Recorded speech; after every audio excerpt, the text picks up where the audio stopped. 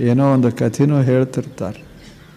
ಪರದೇಶದಲ್ಲಿ ಒಂದು ನಡೆದದ್ದು ಗ್ರೀಕ್ ದೇಶದೊಳಗೆ 2500 ವರ್ಷಗಳ ಹಿಂದೆ ಒಬ್ಬ ಸುಕರಾತ ಸಾಕ್ರೆಟಿಸ್ ಅಂತಾಗಿ ಹೋದ.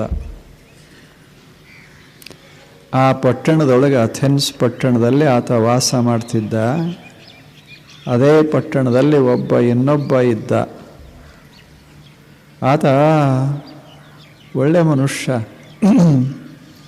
ಜಗತ್ತನ್ನೆಲ್ಲ ತಿರುಗಾಡ್ಕೋತ ಹೋದ.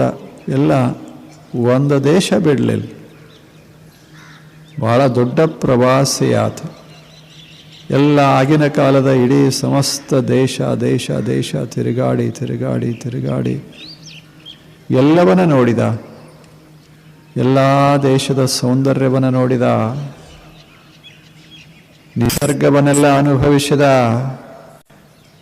ಆತ ಹೋಗದ ದೇಶ ಉಳಿಲಿಲ್ಲ, ನೋಡದ ಸೌಂದರ್ಯ ಉಳಿಲಿಲ್ಲ.